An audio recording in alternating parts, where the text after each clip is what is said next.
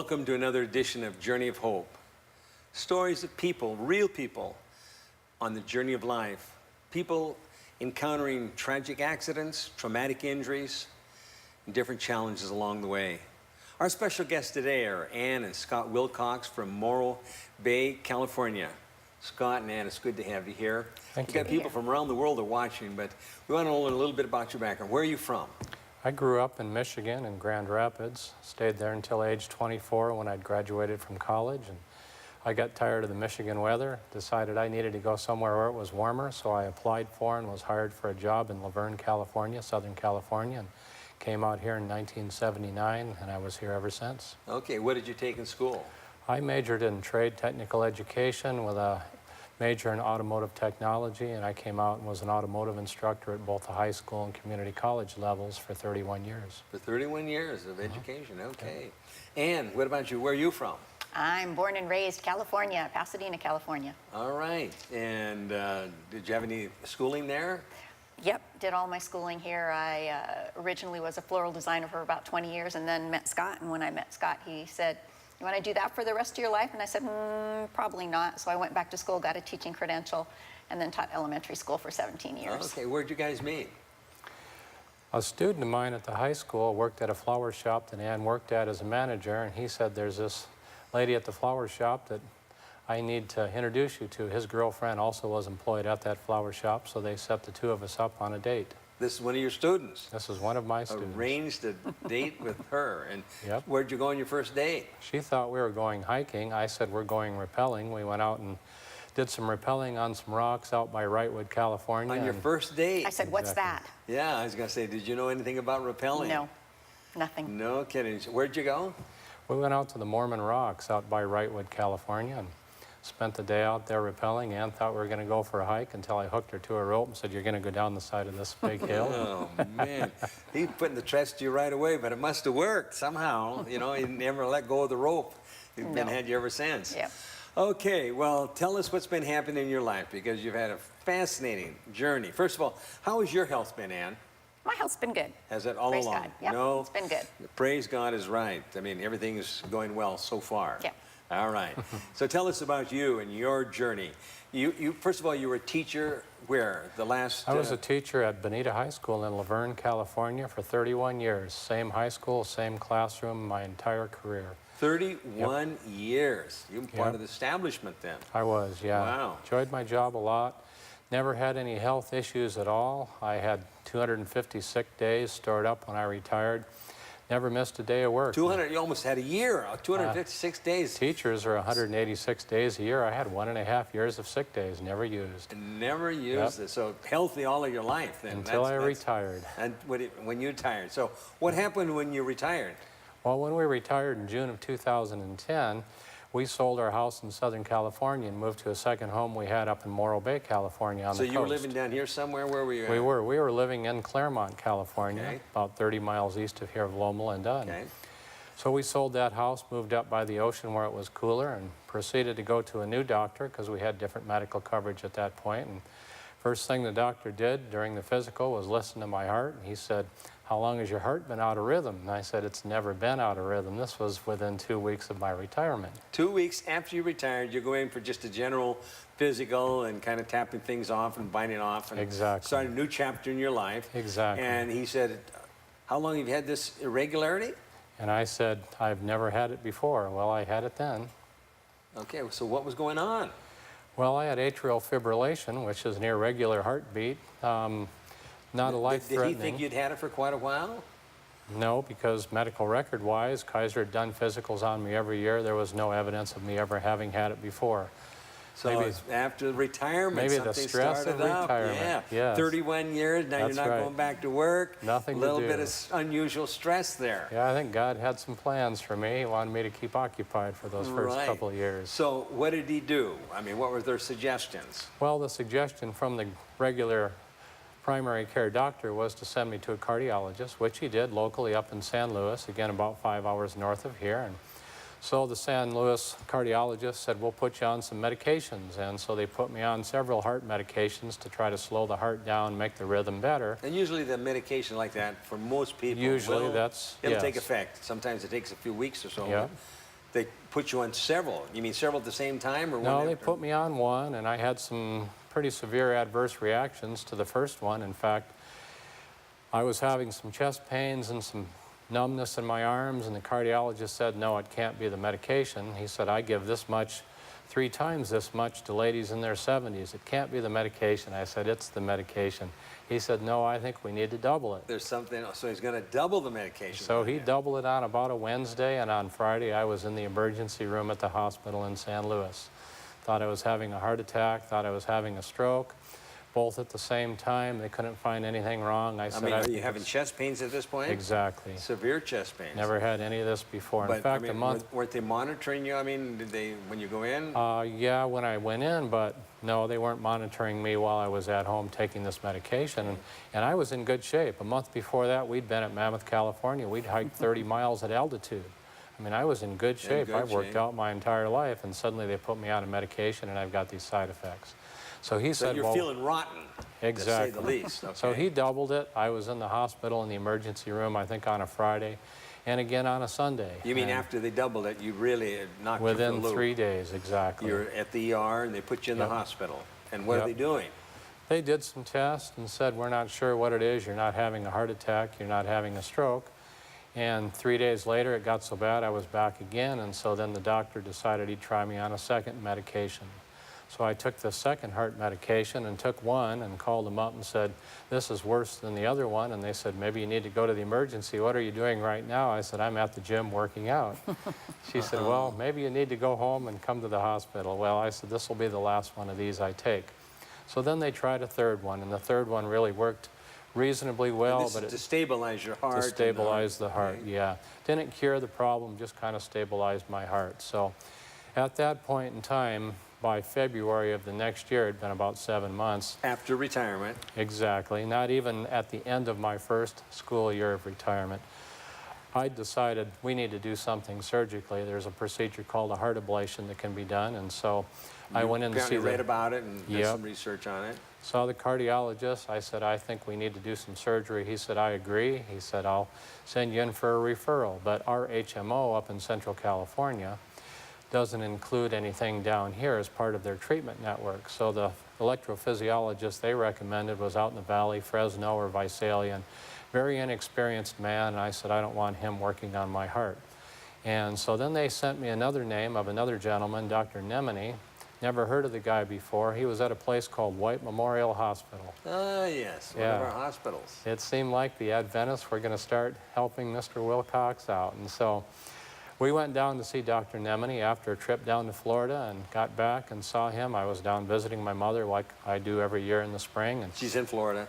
She's in Florida. So we saw Dr. Nemini, and he said, yes, we need to do an ablation on your heart. There's about a 70% chance that we can correct your atrial fibrillation, which puts me at a very high risk of a stroke, and that's why we wanted to address this, especially at my age. I was only 56. And you've been in good health up until this point. Excellent health, yep. Okay.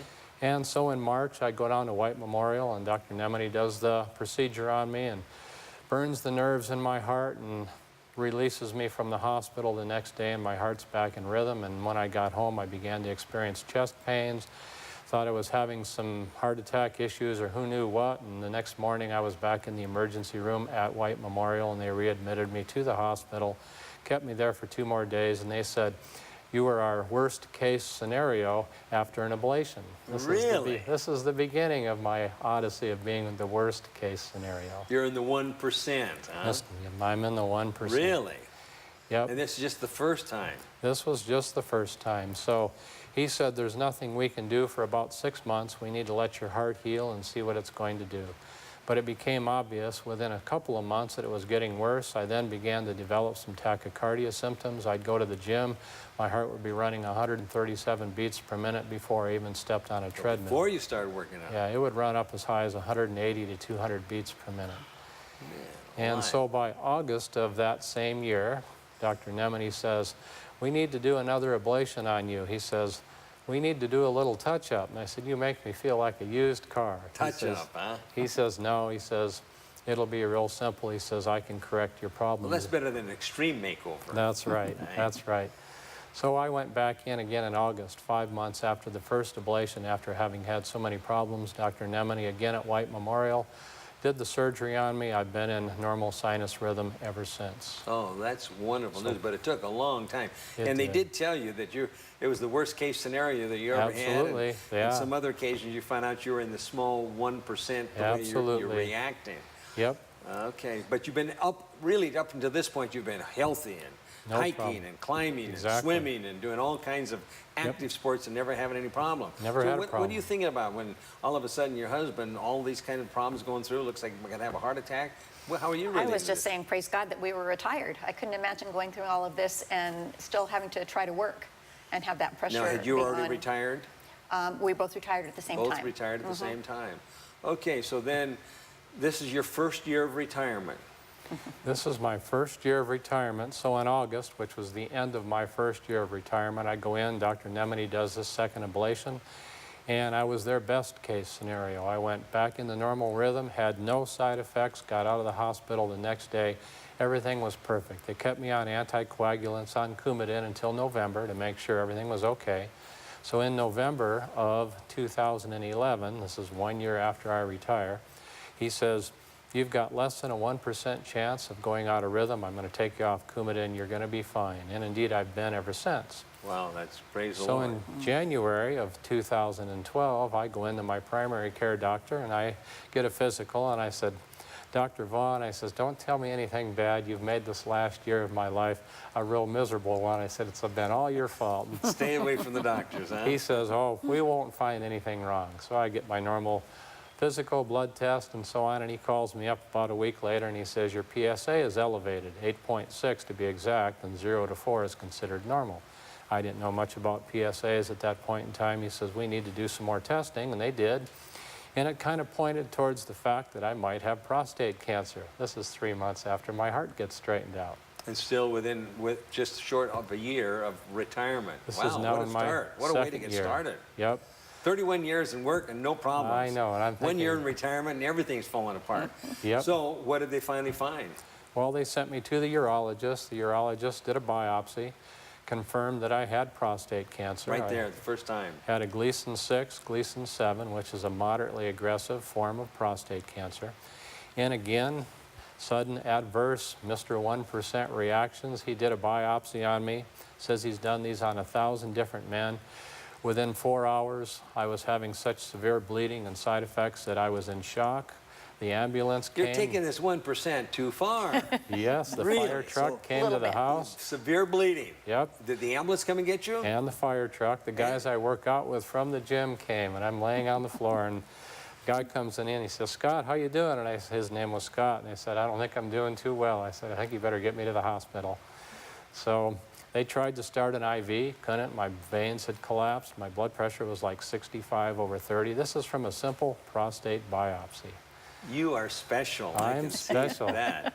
Less than the 1%. Okay, So then the nurse picks me, or then the ambulance driver comes. They put me in the ambulance, and as I'm laying in this ambulance, driving 12 miles back into San Luis, I'm looking up at these bright lights in the ambulance, and I say to the nurse, the attendant in there, I says, "Am I going to die?"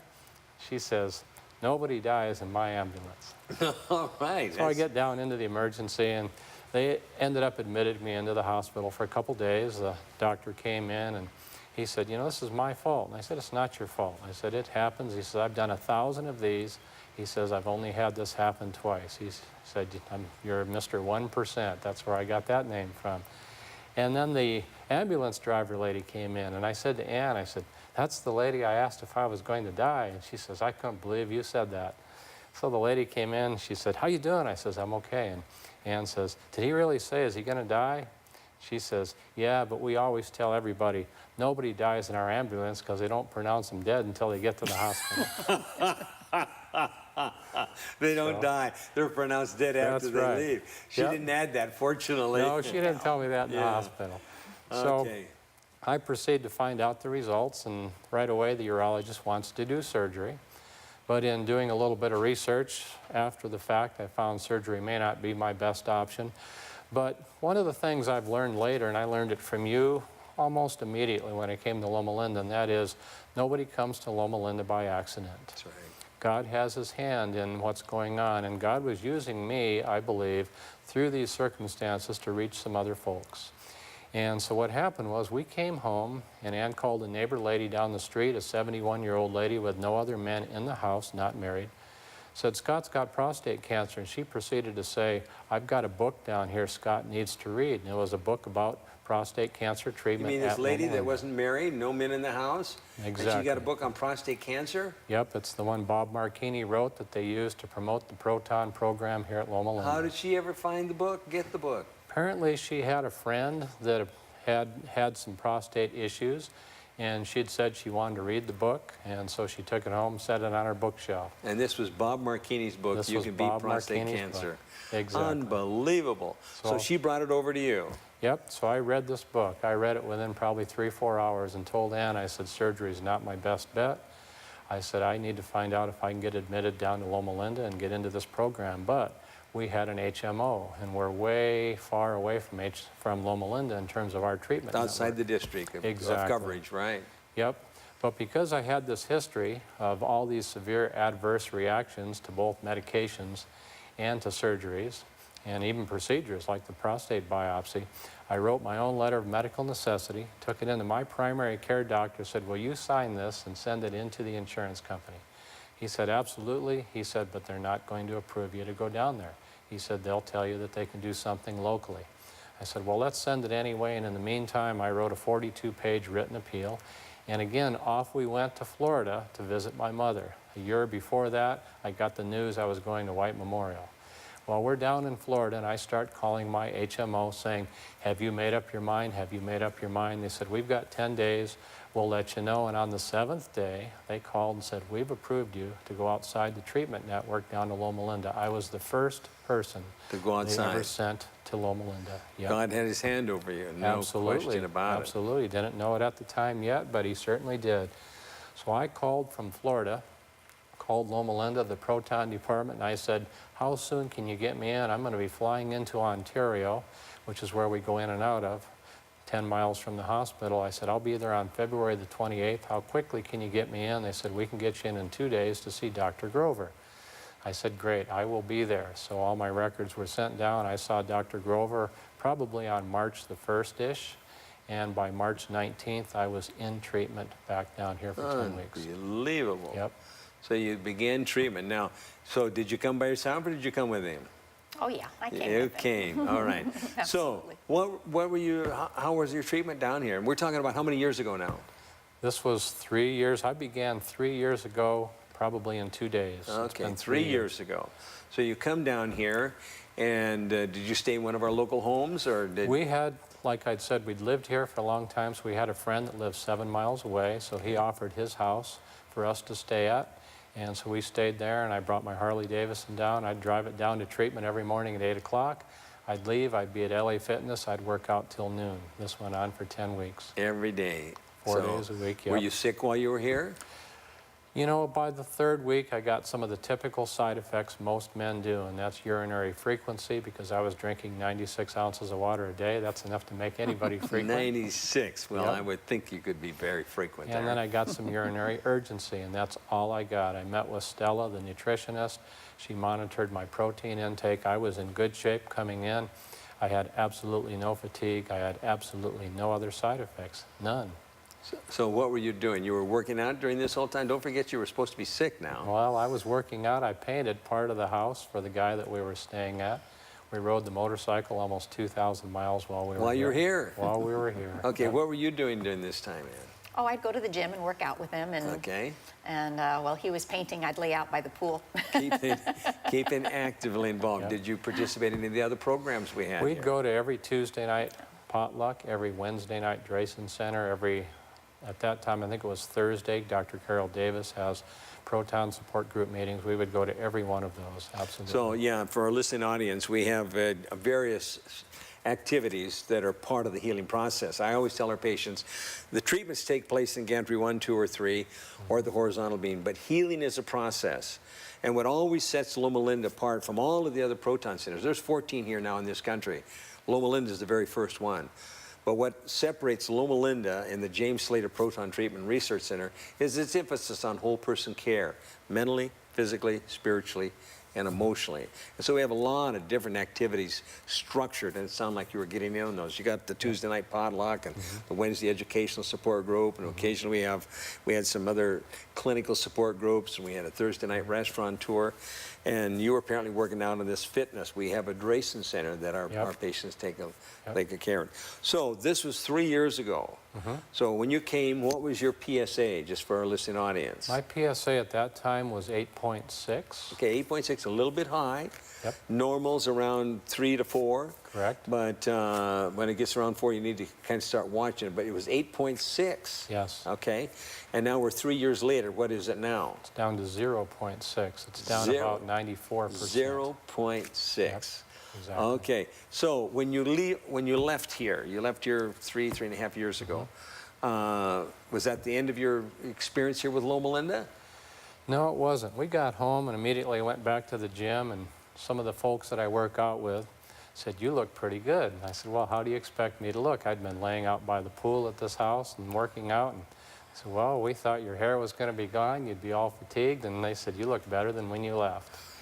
I said, "Absolutely." I said, "The Loma Linda is an amazing place. It's just an amazing place." And then when I went in to see the urologist who follows me up north, great guy, 4 months post-treatment, his assistant came in and she began to ask me, "How are you doing?" She said, "Are you having any side effects?" And she began to list all the possible side effects: incontinence, impotence, burning, all of those kinds of things. I kept saying, "No, no, no, no, no." When about she got to the 5th one, I stopped her and I said, "I have no side effects whatsoever." And she looked like I wasn't telling her the truth.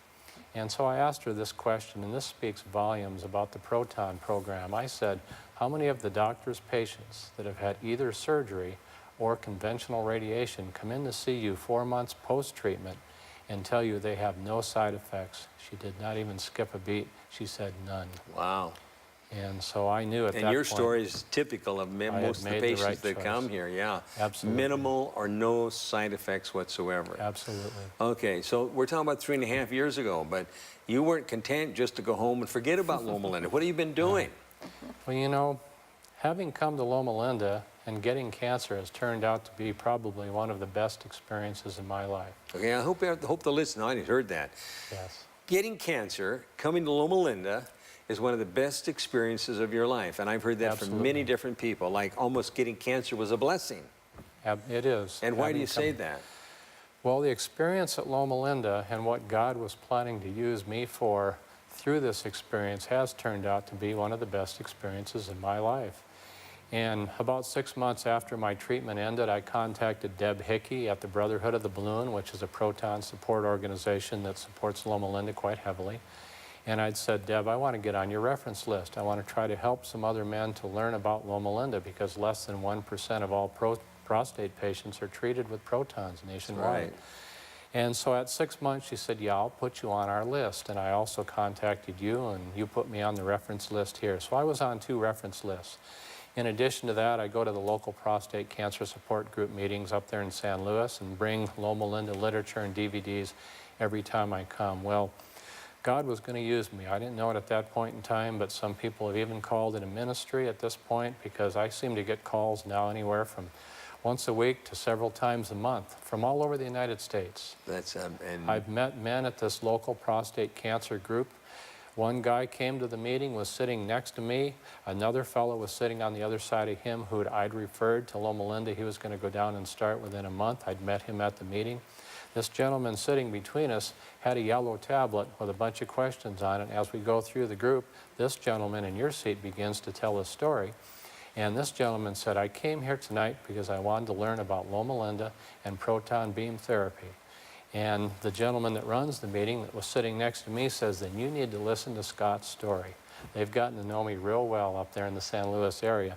And this gentleman says, "Is he Scott Wilcox from Morro Bay? I was going to call him tomorrow." This happens all the time. No kidding. And so I think you've referred 20 or 25 people. Probably. So it's been a tremendous ministry. How have you been in all of this? It's just amazing. I see how passionate he is about it, and it's like we plan everything around. Nope, can't miss my meeting. Got to go to my meeting. it definitely is, God has placed it upon his heart. And you're maintaining to- contact with some of these people. I Yes. do. There's a number of them that we've kept in contact with, and each time I refer men down here, because we're only 5 hours away, I try to come down and either meet with them at a potluck or at a Drayson Center meeting and just introduce myself, because I usually spend a lot of time on the phone with these folks and follow up, and I know how they feel when you sit in a doctor's office and they come in and say, you have cancer. The anxiety and the stress that generates is not good. Well, if you were to look into the camera and talk to some patients now, they've just been diagnosed with cancer, what would you tell them? I would say you need to do your research first. You need to talk to your doctor, but absolutely look at proton beam therapy as one of the top options for your treatment, because the cure rate for protons is at least as good as or better than surgery or conventional radiation. And if I were to choose a place to have that done, I would pick Loma Linda, because they are by far and away the most experienced proton center in the world. Yeah, for our listening audience, Loma Linda is the very first place in the world where you have proton in a clinical setting. I mean, they've used protons for 60, 70 years, but 25 years ago, this is our 25th anniversary. 25 years ago, we started. We were the only one in the world. Now there's 14 here in the United States. They have them over in Europe. They have one over in Asia. But what is always going to make Loma Linda different and the James Slater proton treatment and research different is its emphasis on whole person care, mentally, physically, spiritually, and emotionally. We don't think it makes any sense for you to be successfully treated for your tumor only to have you go home and hear, because of imbalance in your life, that they had some kind of a stroke or a tumor or a heart attack, worse, you had a heart attack.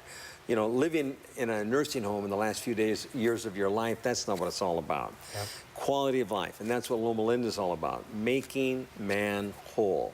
And I can see that the two of you have been blossoming and shining since your experience here at Loma Linda. Yep. For our listening audience, you know, Ann and Scott are wonderful examples of people that are not only survivors but thrivers. Give God a chance with your life. He's got plans for you.